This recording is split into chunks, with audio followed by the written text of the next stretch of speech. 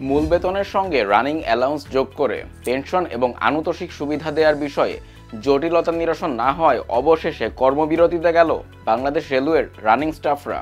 কর্মবিরতির অংশ হিসেবে রাত 12টার পর শিডিউলে থাকা ট্রেনগুলোতে ওঠেননি রানিং স্টাফরা, ফলে প্রারম্ভিক স্টেশন থেকে কোনো ট্রেন ছেড়ে যায়নি। রানিং স্টাফের মধ্যে রয়েছেন ট্রেন চালক, গার্ড ও টিকিট চেকার পদধারীরা।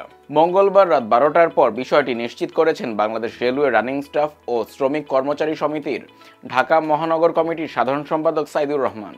তিনি জানান, রেল ভবন থেকে কোনো সিদ্ধান্তের কথা জানতে পারেননি তারা। রেল চলাচল বন্ধ রাখার সিদ্ধান্তে তারা অটল। এদিকে বাংলাদেশ রেলওয়ে রানিং স্টাফদের আন্দোলনের কারণে সোমবার দিবাগত মধ্যরাত থেকে সারা দেশে বন্ধ রয়েছে ট্রেন চলাচল। ফলে যাত্রীদের জন্য বিআরটিসি বাসের ব্যবস্থা করেছে Bangladesh railway. Dhaka railway station ও বিমানবন্দর রেলওয়ে স্টেশন থেকে চট্টগ্রাম, রাজশাহী, সিলেট, খুলনা, কুমিল্লা, বগুড়া ও ময়মনসিংহগামী যাত্রীরা তাদের কেনা ট্রেনের টিকিটে বিআরটিসি বাস সার্ভিসের মাধ্যমে ভ্রমণ করতে পারবেন।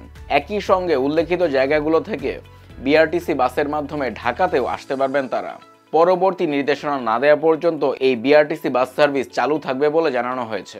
বাংলাদেশ রেলওয়ে রানিং স্টাফ ও শ্রমিক কর্মচারী ইউনিয়নের কেন্দ্রীয় সাধারণ সম্পাদক ও রানিং স্টাফ ঐক্য পরিষদের প্রধান সমন্বয়কারী মোহাম্মদ মুজিবুর রহমান বণিক বার্তাকে বলেছেন, রেল প্রশাসন মঙ্গলবার সকালে রেল ভবনে রানিং স্টাফ নেতাদের সঙ্গে বৈঠকের আহ্বান জানিয়েছিল, কিন্তু রানিং স্টাফরা সেটি প্রত্যাখ্যান করায় রেলের ঊর্ধ্বতন কর্মকর্তাদের সঙ্গে উপস্থিত কয়েকজন নেতারা একটি অনানুষ্ঠানিক বৈঠক করেছেন। তবে রানিং স্টাফরা দাবিতে অটল থাকায় কোনো ধরনের সিদ্ধান্ত ছাড়াই বৈঠক শেষ হয়। রানিং স্টাফদের দাবি শতভাগ পূরণ করে প্রজ্ঞাপন জারি করা ছাড়া রেলের কর্মবিরতি চলবে বলে জানিয়েছেন তিনি। রানিং স্টাফদের দাবি, চলন্ত ট্রেনে কষ্টসাধ্য ও ঝুঁকিপূর্ণ কাজের বিপরীতে এসব কর্মীরা 160 বছর ধরে মাইলেজ নামক সুবিধা পেয়ে আসছেন। রানিং স্টাফরা দৈনিক 8 ঘন্টার অধিক কাজের জন্য মূল বেতনের ভিত্তিতে একটি বাড়তি ভাতা পেতেন। এমনকি অবসরের পর বেসিকের সঙ্গে আরও 75% অর্থ যোগ করে অবসরকালীন ভাতা দেয়া হতো। 2021 সালের 3 নভেম্বর অর্থ মন্ত্রণালয় এসব সুবিধা কমিয়ে দিলে আন্দোলন শুরু করেন রেলওয়ে রানিং স্টাফরা। ট্রেন অপারেশনের সঙ্গে যুক্ত এসব গুরুত্বপূর্ণ কর্মীরা অভিযোগ করেন, রাজনৈতিক ও প্রাকৃতিকভাবে যে কোনো দুর্যোগকালীন পরিস্থিতিতে ট্রেন চলাচল সচল রাখেন রানিং স্টাফরা। এসব কর্মীদের কোনো সাপ্তাহিক বা জাতীয় দিবসের ছুটি নেই।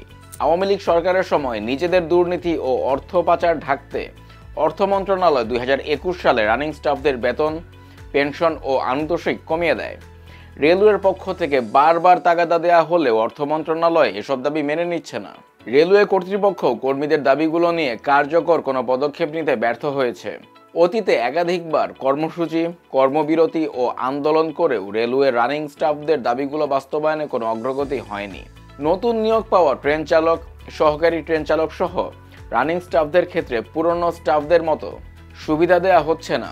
2022 সালের পর থেকে নিয়োগপত্রে 2টি শর্ত আরোপ করা হয়। নতুন কর্মীরা চলন্ত ট্রেনে দায়িত্ব পালনের জন্য রানিং অ্যালাউন্স ছাড়া অন্য কোনো ভাতা পাবেন না। এমনকি মাসিক রানিং অ্যালাউন্সের পরিমাণ মূল বেতনের চেয়ে বেশি হবে না। অবসরে যাওয়ার সময় নতুন কর্মীরা সর্বশেষ আহরিত মূল বেতনের ভিত্তিতে পেনশন ও আনুতোষিক পাবেন, যা রেলওয়ের কোনো আইন বা বিধিতে উল্লেখ নেই। রেলওয়ে পশ্চিমাঞ্চলের মহাব্যবস্থাপক মামুনুল ইসলাম বলেছেন, রেলের রানিং স্টাফদের দাবিগুলো রেল প্রশাসনের হাতে নেই। অর্থ মন্ত্রণালয়ের মাধ্যমে সৃষ্ট জটিলতা সমাধান করতে হবে। এই জন্য একটি ত্রিপক্ষীয় বৈঠকের বিকল্প নেই। নাম প্রকাশ না করার শর্তে রেলের অপারেশন বিভাগের একাধিক শীর্ষস্থানীয় কর্মকর্তা বলেছেন, একজন রানিং স্টাফ কাজ করেই মাইলেজ সহ বিভিন্ন সুবিধা নিচ্ছেন। জনবল সংকট থাকায় রানিং স্টাফরা বাড়তি কাজ করে বলেই অনেক সময় বেতন ভাতার চেয়েও বেশি অর্থ উপার্জন করেন তারা। রেলওয়ে প্রয়োজনীয় জনবল নিয়োগের মাধ্যমে ট্রেন অপারেশন স্বাভাবিক রাখলে বাড়তি ভাতা দেওয়ার প্রয়োজন হতো না। তাছাড়া 150 বছরেরও বেশি সময় ধরে চলা সুবিধা কোনো ধরনের আইনি ভিত্তি ছাড়া বন্ধ করা একটি হঠকারী সিদ্ধান্ত বলে মনে করেন তিনি।